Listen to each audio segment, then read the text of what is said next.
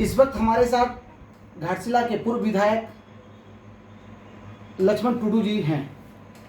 उन्होंने भाजपा छोड़ करके झारखंड मुक्ति मोर्चा का दामन थामा है और काफ़ी नाराज है भाजपा से। सर, क्या ऐसी बात पड़ी जो आपने पार्टी छोड़ दिया? देखिए, मैं भारतीय जनता पार्टी छोड़ा हूं तो मैं बहुत आहत हूं,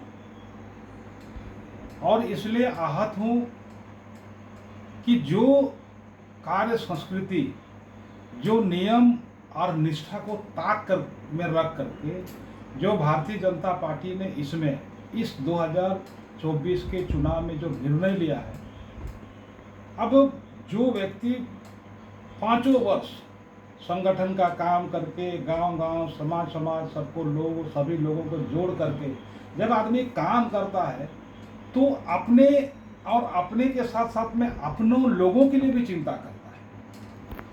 अब जिस तरह से इस राज्य में, झारखंड में भारतीय जनता पार्टी ने यहाँ झारखंड के पूर्व मुख्यमंत्री को झारखंड मुक्ति मोर्चा से ला करके भारतीय जनता पार्टी में ज्वाइन कराया, हल्ला आई, बात आई खुल करके कि नहीं, भारतीय जनता पार्टी में चंपाई सोरेन ज्वाइन किया है तो यहाँ भारतीय जनता पार्टी से चंपाई सोरेन सरायकला से उम्मीद होंगे, और एक शर्त है कि बाबूलाल जो है ना, घाटशिला विधानसभा से बाबूलाल सोरेन उसके पुत्र चुनाव लड़ेंगे।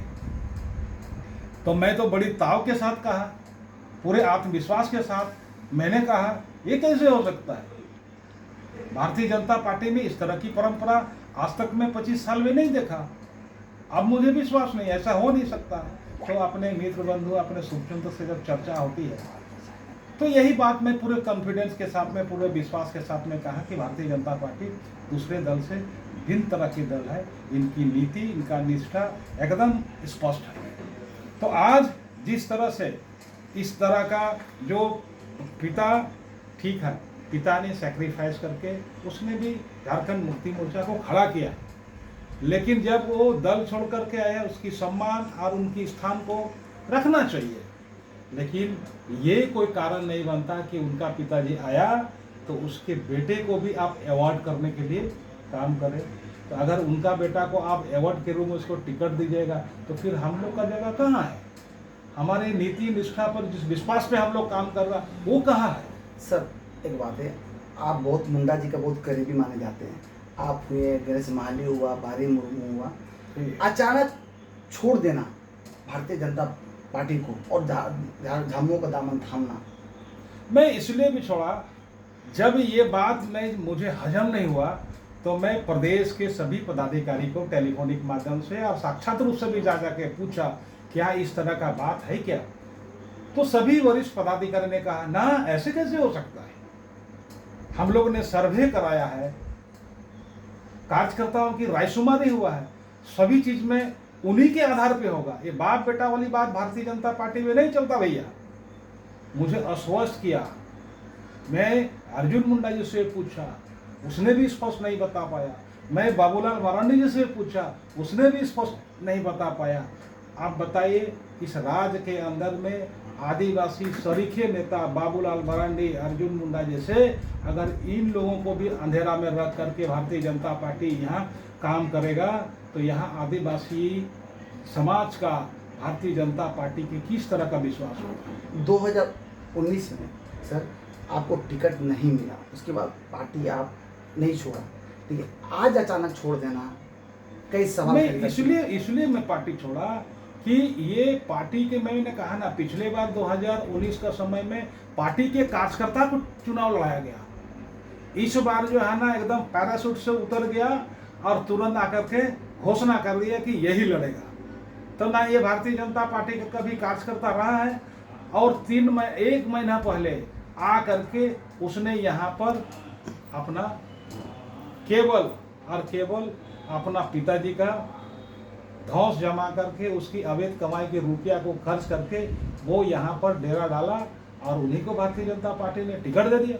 अच्छा, ठीक है, कोल्हान में क्या स्थिति है? कोल्हान में जैसे स्थिति है, झारखंड मुक्ति मोर्चा की जैसे स्थिति है वैसे रहेगी।